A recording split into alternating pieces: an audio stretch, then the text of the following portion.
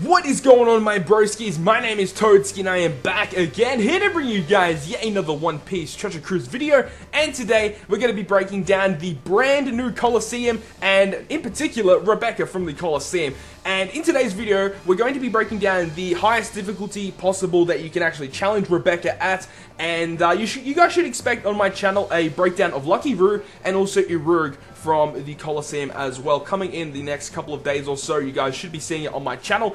But strap yourselves in, guys, as we're going to get straight into the Coliseum guide video. So first and foremost, let's go ahead and actually break down the Coliseum Rebecca unit in general. So here we have Rebecca, Coliseum's exclusive gladiator. Now, she is a 5-star unit, and she does evolve from a 4-star unit, and her herself is a quick striker with no secondary typing, and a max level at level 99. She has just under 2,000 health, 853 attack, and 374 recovery, so her stats are actually pretty bad, I would say. Her health isn't even 2,000, she has under 1,000 attack, and her recovery is probably, like, pretty decent, you know, 374 is okay. She has 30 cost, and she has 3 socket spots as well. Now, her captain effect will reduce damage received by 25%, so this isn't really a good captain effect. She doesn't give you any attack multiplier, which does make her really bad. But anyways, let's move on to her special, which starts at 26 turns and maxes at 16 turns, meaning you need 10 skill ups. Deals several times this character's attack in quick damage to one enemy and changes own orb to quick. Now, that damage that is actually dealt to the enemy, it really depends on how much HP you have left. The lower your HP, the more damage that is outputted from this special. So perhaps using her on a Whitebeard team or some specific team that needs to be at low HP might be the way to go with Rebecca. But all in all, she actually really isn't that great of a unit, and probably won't see much use in One Piece Treasure Cruise. Now let's go ahead and break down some of the stages that you will encounter within this Coliseum mode. Now, for the first 3 stages of this 5-stage dungeon, they're just basic fodder units with pirates and turtles and stuff like that, and those are the types of stages that you guys want to be stalling on those turtles and stuff like that. But anyways, when you get to stage 4, you will encounter Absalom. Now, Absalom is actually one of the previous bosses in the Coliseum as well. You actually have to fight him before you reach Rebecca, and he himself is a strength unit, and Absalom has approximately 1,000,000 HP, and he'll attack you every 2 turns for 5,886, and he does have a preemptive attack that will blind your crew for 5 turns, which does make it very, very annoying in trying to take him down. And on the first turn, he'll actually change your crew's slots to bomb orbs as well. So perhaps bringing the Raid Boss Kuma, if you guys have that guy at max, then you can bring him, because he'll turn all of those into matching orbs. And then on turn 4, if you don't end up killing him by turn 4, he'll apply a debuff protector and buff his own attack and defense for 999 turns. So that will make him just that much harder to actually beat after that 4th turn. Moving on now to the final boss is Rebecca. Now, Rebecca here has approximately 3,000,000 HP, and her attack power is 5,880, and she'll actually attack you every 2 turns. Now, she has a preemptive attack that will apply a debuff protector for 99 turns, as well apply as the counter buff. So, if you guys don't know what the counter buff is, if you guys have played through the Tom's Workers Fortnite, you know that when you reach Tom at the end, he applies some sort of buff, which is the counter. Meaning, after the 2nd turn, he will actually deal damage to you depending on how much damage you dealt to him within those first 2 turns.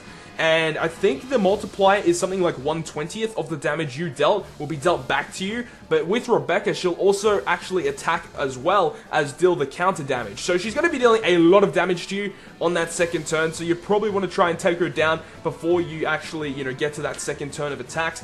And if her HP falls below 20%, she's going to deal 50,000 damage to you. So that's probably going to see the end of your run if you make her fall under 20%. So definitely, you have to try and burst her down that last 20% without getting her under 20%. Otherwise, you will end up losing your run. Now, if we take a quick look at the notable drops that you can get from the Chaos difficulty of Rebecca, there's actually some pretty cool stuff. So you can get all the different types of cotton candies, the HP attack up, and also the recovery up, as well as the all types up. You can also get forbidden tomes. That is the #1 thing that a lot of people have been waiting for in the Coliseum, is being able to get access to forbidden tomes. And the drop rates on these aren't, you know, amazing, but you can still get them within the Coliseum. Also, you can get skill books for the Coliseum unit that you're actually fighting against, which is actually really cool. Enables you to max out their specials a lot easier, and you can also drop cola, and you can also drop belly bags as well. So these are just all of the drops that you can get within the Coliseum, and this is pretty consistent with that every single Coliseum that will ever come out. You'll be able to get all the different types of cotton candy, forbidden tomes, skill books of the unit that you're fighting, and also cola and also belly bags. So now let's talk about a specific team that will be able to beat this dungeon. So we have a free-to-play slasher team here, and this utilizes a double Mihawk team. Now, double Mihawk is very, very good because it enables you to get pretty much a 50% health cut on the boss as soon as you enter the dungeon, which is absolutely crazy. Now, you can actually switch this team up a little bit and put Doflamingo as your captain and bring a friend Mihawk and then have your own Mihawk as a sub-unit. So therefore, you'd get a little bit of a HP boost from Doflamingo and still having the two Mihawk specials. But with double Mihawk, you do get more of a damage output. You know, that 0.5 boost is actually going to make a huge difference. So I would recommend running the double Mihawk, as well as you bring in the coffin ship, which does give you a lot of HP as well. Now, the other units are Brook. So Brook is really good because of Absalom in stage 4. He is a strength unit, so if you bring a quick unit, it's going to be easier to take down.